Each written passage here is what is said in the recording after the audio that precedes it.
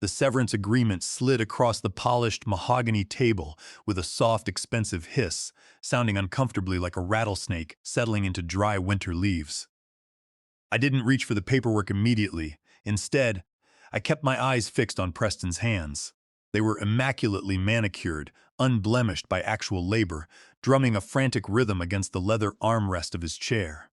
He was staring past my shoulder at the quarterly financial projection graph, displayed across the wall monitor, a jagged crimson line he believed justified destroying a 7-year executive career in under 50 minutes. "It is nothing personal, Grant," Preston said, finally deigning to lift his gaze. His eyes possessed that flat shade of ice blue associated with system crashes. "We are restructuring to stay lean and aggressive. The board demands tangible return on investment, and your division, international bridge building, is viewed as an unnecessary luxury. It is a cost center. Soft skills. We require aggressive sharks to close deals in this economic climate, not diplomats holding hands over tea." I sat motionless, hands resting in my lap. I was 49 years old, having spent 2 decades navigating high-stakes international trade negotiations across Asia and Europe. I could feel the cold air conditioning slicing through my tailored wool suit, contrasting with the steady burn rising inside my chest.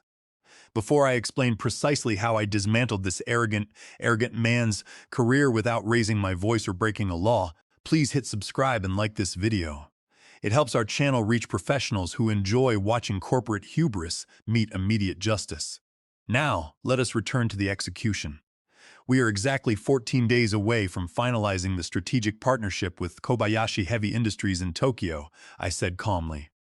My personal relationship with Chairman Tanaka is the single reason their board did not terminate discussions 6 months ago during hostile acquisition rumors.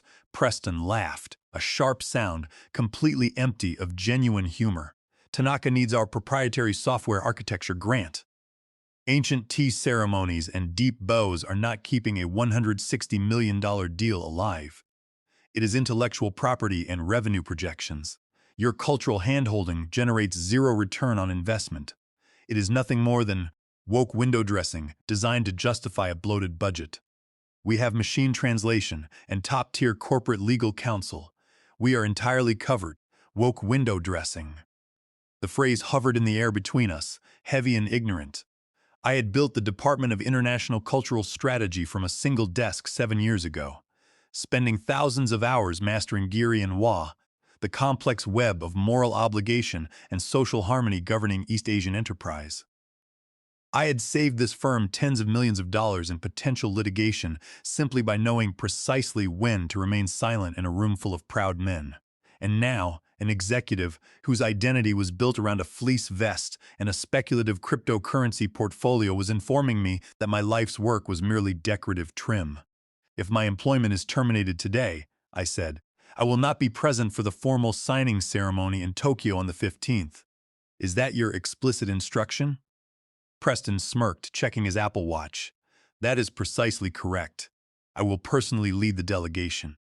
I spent 40 minutes reviewing a briefing on Japanese etiquette last night. Do not worry, I will not wear shoes on the woven mats. Just sign the document, Grant. We are granting you 3 full months of severance pay." I unscrewed the cap of my fountain pen. "Preston, the relationship with Kobayashi Heavy Industries is not transactional. It is fundamentally relational. If I am absent from that signing table, Chairman Tanaka will interpret it as an insult to his honor and a catastrophic breach of harmony. I am entirely willing to draft a transition protocol detailing the mandatory procedures required for the signing." Preston dismissed my offer with a sharp wave of his hand. "Absolutely unnecessary. I do not want you cluttering shared cloud drives with 50-page documents that no one will ever read. We are streamlining operations, a clean break. You will pack your belongings, surrender your security badge, and enjoy an early sabbatical. Go join a country club or take up gardening." I signed the paper. The sweeping lines of my signature were crisp and precise. I was not signing a surrender. I was signing his corporate execution warrant. He was far too arrogant to comprehend the intricate mechanics of human honor and international law. "Very well," I said, standing up smoothly. "I will clear my office within the hour." Preston tapped frantically on his smartphone. Leave your building access key with reception on your way out. And Grant, do not take it personally. It is simply modern business. I stepped out of the glass conference room into the broad, open floor of our corporate headquarters. Analysts were running between cubicles with coffee mugs. Sales managers were ringing a brass bell to celebrate a minor subscription renewal. And department heads were arguing over quarterly slide decks. Not a single person in that office understood that the foundational pillar of the company's international expansion had just been demolished because an insecure vice president wanted to shave 0.05% off his annual operating expenses. I walked to my corner office, which offered a view of the San Francisco Bay and was filled with hand-selected gifts from international partners. A hand-painted silk fan from Kyoto, a bottle of 30-year-old single malt whiskey, and a framed calligraphy scroll depicting 4 traditional characters that translated to "Patience is the immutable foundation of ultimate victory." I retrieved a clean cardboard box, packing my personal photos, international diplomacy awards, Kyoto fan, and aged whiskey. I left every corporate file untouched. I left the contact lists. I left my private leather-bound notebooks containing years of detailed notes on Chairman Tanaka's personal preferences, that he detested green tea due to a stomach condition, but deeply enjoyed roasted barley tea, that his left knee pained him significantly in damp weather, requiring private rooms accessible via elevator, that his youngest granddaughter was passionately collecting American state quarters.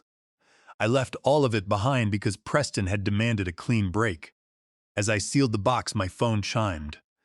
It was an urgent email from Chairman Tanaka's personal secretary in Tokyo, inquiring about floral arrangements for the signing banquet. "Grandson," the secretary wrote, regarding the traditional ikebana displays for the head table. "Should our florists prioritize white chrysanthemums or royal irises? Chairman Tanaka wishes to subtly honor your firm's 20-year longevity during the opening toast." I stared at the glowing screen for 5 seconds. Then I looked at the empty desk. I did not reply. I closed the laptop, picked up my box, and walked toward the executive elevators. As the steel doors closed, an intense, icy clarity settled deep within my chest. Preston believed he had trimmed excess overhead. He had no concept that he had cut the vital artery of a $160 million enterprise. The elevator descended toward the street, and for the first time in 7 years, I felt no anxiety about the company's future. I simply wondered how long it would take for the corporate body to crash onto the pavement. My residence in Pacific Heights was a quiet sanctuary of minimalist Scandinavian architecture, looking out over the thick fog rolling across the Golden Gate Bridge. For the first 48 hours following my termination, I engaged in absolute tactical rest, sleeping 9 hours a night, drinking high-grade organic matcha, and leaving my corporate phone powered off in a drawer. I allowed the accumulated stress of 7 years of 60-hour work weeks to completely drain from my nervous system. When I finally powered my personal phone back on Thursday morning, a digital avalanche of notifications flooded the screen. 17 missed calls from corporate landlines, 4 urgent voicemails from our chief legal officer, and internal email threads quietly forwarded to my private email address by my loyal former executive assistant, Nora, who was appalled by the leadership's behavior. I opened the earliest forwarded email chain. Subject: Urgent Seating. Protocol. For Tokyo Banquet. From Preston: "Why are we wasting 3 hours discussing seating arrangements for a simple dinner? Put Chairman Tanaka at the head of the table, place me next to him, and fill the remaining seats with whoever arrives first. Stop overcomplicating basic dining logistics and focus on finalizing software deployment slides." I smiled a tight, merciless smile. In high-level Japanese corporate culture, seating protocol known as kamaza is never a casual arrangement. The seat of ultimate honor is determined by its exact distance from the entrance door, the view of the garden, the historical hierarchy of executives present, and the delicate balance of age and authority. Placing Chairman Tanaka in an improper seat was an explicit declaration that you considered him subordinate to junior executives, a direct insult to his ancestors and his board of directors. I scrolled down to the next forwarded message. Subject: Reciprocal Gift Exchange Protocol. From Kobayashi Administrative Secretariat: Honorable Preston-san, We are writing to inquire regarding the reciprocal gift exchange ceremony scheduled for the opening banquet. Grandson typically coordinates the specific vintage of American wine or custom craftsmanship for our chairman. We have not received your manifest. Please advise, resents from Preston. Tell them our delegation will be presenting high-end corporate gifts. Custom-branded leather hoodies, premium metal water bottles, and top-of-the-line wireless Bluetooth speakers with enhanced bass response. They are going to love the modern tech vibe. I let out a quiet laugh. Branded polyester hoodies and bass-heavy speakers for a 72-year-old traditional industrialist who collected priceless Edo period ceramics and suffered from severe hearing loss in his left ear. Preston was bringing corporate trade show swag to a ceremonial banquet that required high diplomacy. It was the equivalent of offering a fast food meal at a state dinner. I could have intervened, sending a discreet text to Nora to order a rare bottle of 1994 Napa Valley Cabernet that Chairman Tanaka treasured, or correcting the seating chart. But Preston had been entirely explicit. Soft skills were useless cost centers. Woke window dressing. If I stepped in to save him now, I would validate his arrogance. I would prove that incompetent executives could abuse experienced professionals without suffering consequences. Preston needed to experience the full weight of his own ignorance. Later that afternoon, I drove down to Presidio Heights to visit my longtime mentor, Malcolm, a 71-year-old retired Foreign Service officer who had spent 30 years negotiating bilateral trade agreements during the Cold War. So, Malcolm said, pouring 2 glasses of aged sherry as I sat across from him in his library. The board allowed that young amateur to sever your department 14 days before the Tokyo signature? Malcolm let out a long, low whistle, shaking his head slowly. Absolute executive madness. Do they have any comprehension of the contract terms? Did their legal counsel review Clause 14b? I doubt Preston read past the financial summary on page 1, I said. He views the Japanese industrial sector as an automated vending machine where you insert proprietary code, press a button, and extract millions in capital. He does not understand that in Asia, the contract is merely a mirror reflecting the strength of the human relationship. Chairman Tanaka is a man of immense personal pride. When he discovers I was terminated like a temp worker, he will not shout or throw a tantrum. He will simply disengage. Malcolm nodded, his sharp eyes crinkling with satisfaction. The quiet withdrawal, the most lethal maneuver in Eastern negotiation. What is your strategic counter-move, Grant? I am flying to Kyoto on Tuesday. I revealed, to attend the International Symposium on Global Commerce and Cultural Heritage at the Kyoto International Conference Center. I registered yesterday as an independent consultant under my new firm, Vance Global Advisory. Malcolm's face lit up with a brilliant smile. And who serves as the chairman of the advisory board for that symposium? Chairman Tanaka's eldest son and heir, Kenji Tanaka, I answered. Brilliant, Malcolm declared, raising his glass in a toast. You are not attempting to sabotage their deal, Grant. You are simply existing in the professional ecosystem. You will be visible, dignified, respected by his peers, and entirely unattached to your former employer. You will allow them to observe the stark contrast between your flawless professionalism and your former company's vulgar negligence. Precisely, I agreed. I am not fighting Preston. I am merely stepping aside so he can collide with reality at full speed. He is bringing Bluetooth speakers to a ceremonial duel. I departed Malcolm's residence with absolute clarity of purpose. Upon returning to my apartment, another notification appeared on my laptop. Subject: urgent, missing department files. From Preston to Grant Vance, CC Legal Department. Grant, we are attempting to locate master contact lists and protocol archives for the Tokyo signing. If you delete these corporate files upon your exit, that constitutes deliberate destruction of company assets and a material breach of your severance agreement. Where is the International Protocol Archive? I had not deleted a single file. Every document remained stored on the corporate servers, buried within 7 years of meticulously organized subfolders, cataloged using a combination of English terminology and Japanese kanji that Preston was too lazy and ignorant to locate. I typed out a detailed reply explaining the folder structure. Then I paused, hovered my cursor over the text, and deleted it entirely. Instead, I opened a new browser window and booked a first-class ticket from San Francisco to Osaka on Japan Airlines. One way. The structural cracks in Preston's foundation were widening rapidly, and I intended to have a front-row seat when the structure collapsed. I landed at Kansai International Airport in Osaka on a humid Tuesday morning, boarding the express train to Kyoto. The dense urban grid gave way to misty green mountains and traditional timber structures. My accommodations were at a preserved ryokan in Higashiyama, a place defined by tranquility, polished cedar floors, and quiet stone gardens. The International Symposium on Global Commerce opened on Wednesday morning. The main hall was filled with diplomats, international trade attorneys, and senior executives from major Asian conglomerates. I arrived early, wearing a charcoal wool suit, white shirt, and conservative navy silk tie.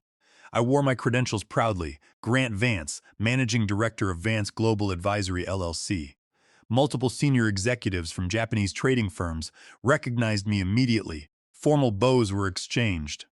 Business cards, known as meishi, were presented with both hands and placed reverently into leather holders. Then I spotted Kenji Tanaka, Executive Vice President of Kobayashi Heavy Industries and heir to the conglomerate. I approached calmly, waiting until a software vendor finished speaking. Kenji turned, his eyes widening in genuine warmth. "Grant-san," he said, bowing deeply. "This is an unexpected honor. My father informed me you were in California finalizing documents for our signing ceremony on Friday." I returned his bow precisely. "Kenji-san, it is a privilege to see you. Regrettably, there has been a corporate restructuring at my former firm. My division was eliminated, and I am no longer associated with the organization." Kenji's eyes narrowed. "Restructuring? But our memorandum explicitly specifies your direct oversight as a foundational condition. Does their new leadership comprehend this?" "Mr. Preston possesses tremendous self-confidence," I replied carefully. "He believes the transaction rests exclusively upon technical specifications and pricing structures." Kenji observed me intensely.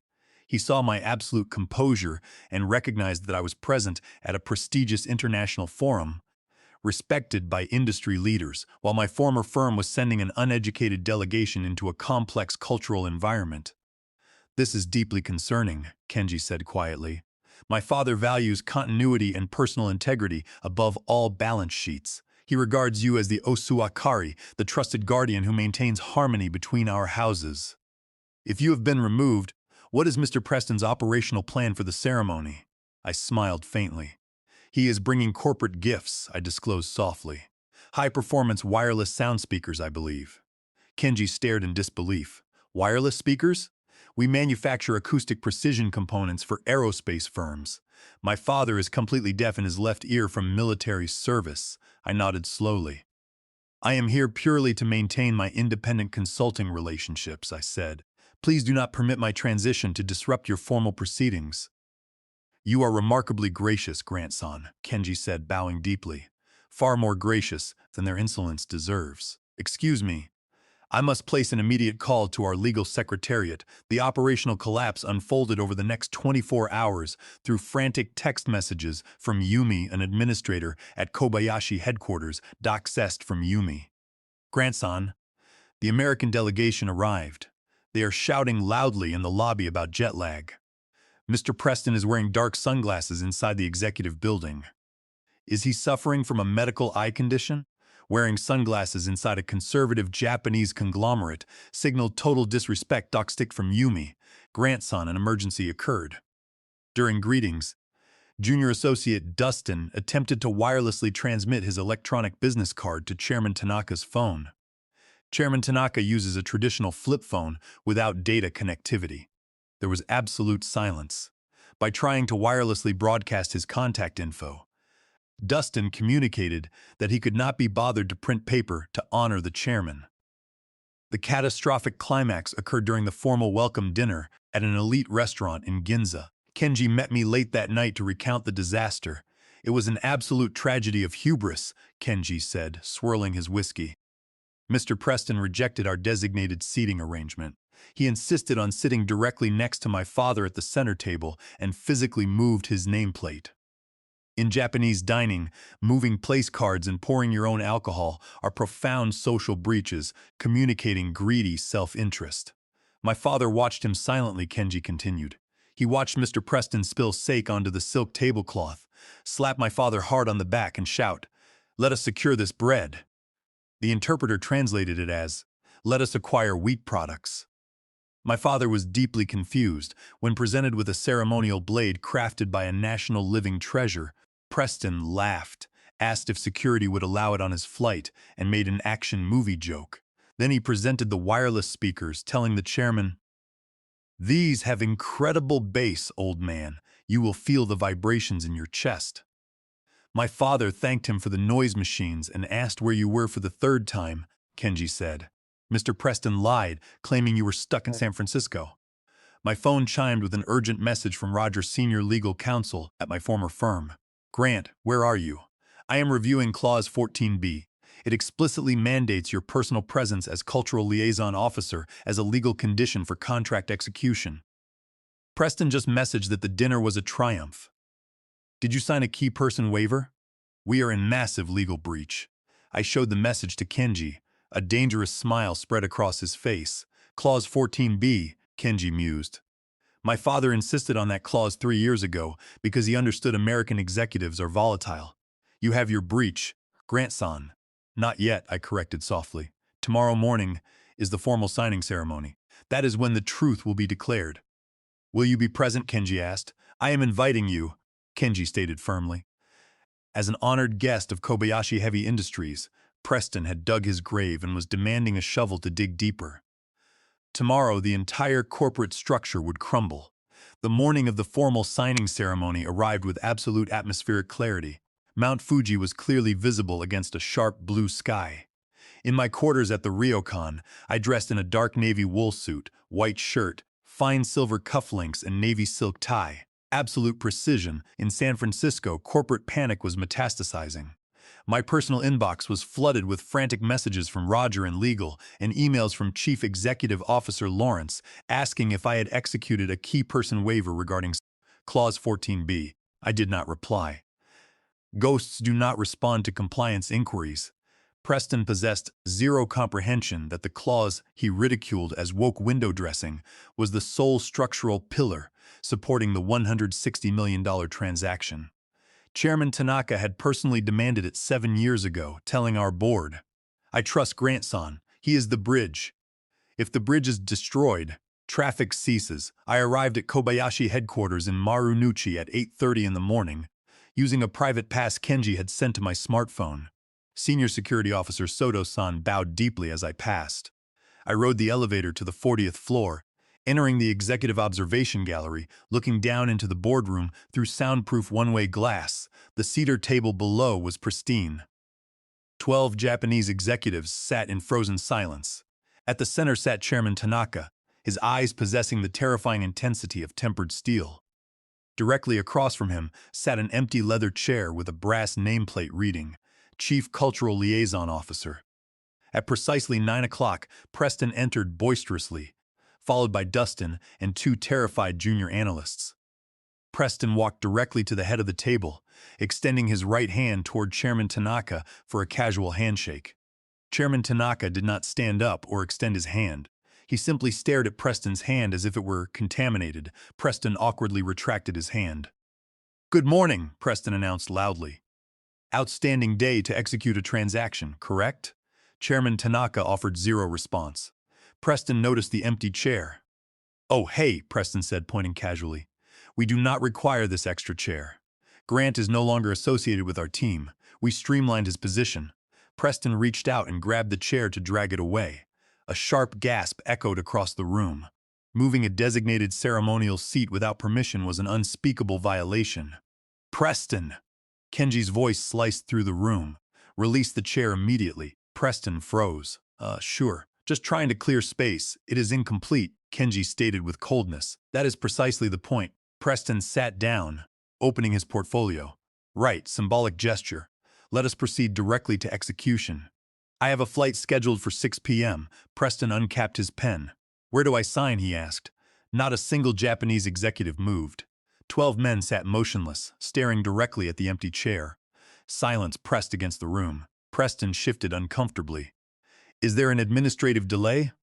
Chairman Tanaka remained motionless, staring at the brass nameplate. Finally, he spoke in low, commanding Japanese. The interpreter turned pale. "The chairman inquires," she stammered softly. "Where is Grant-san?" Preston let out an impatient sigh. "Grant is unavailable. His department was restructured. Efficiency. You gentlemen appreciate efficiency, right?" Chairman Tanaka spoke again, interpreter. "The chairman asks, is Grant-san ill?" "No," Preston snapped. "He is simply no longer employed.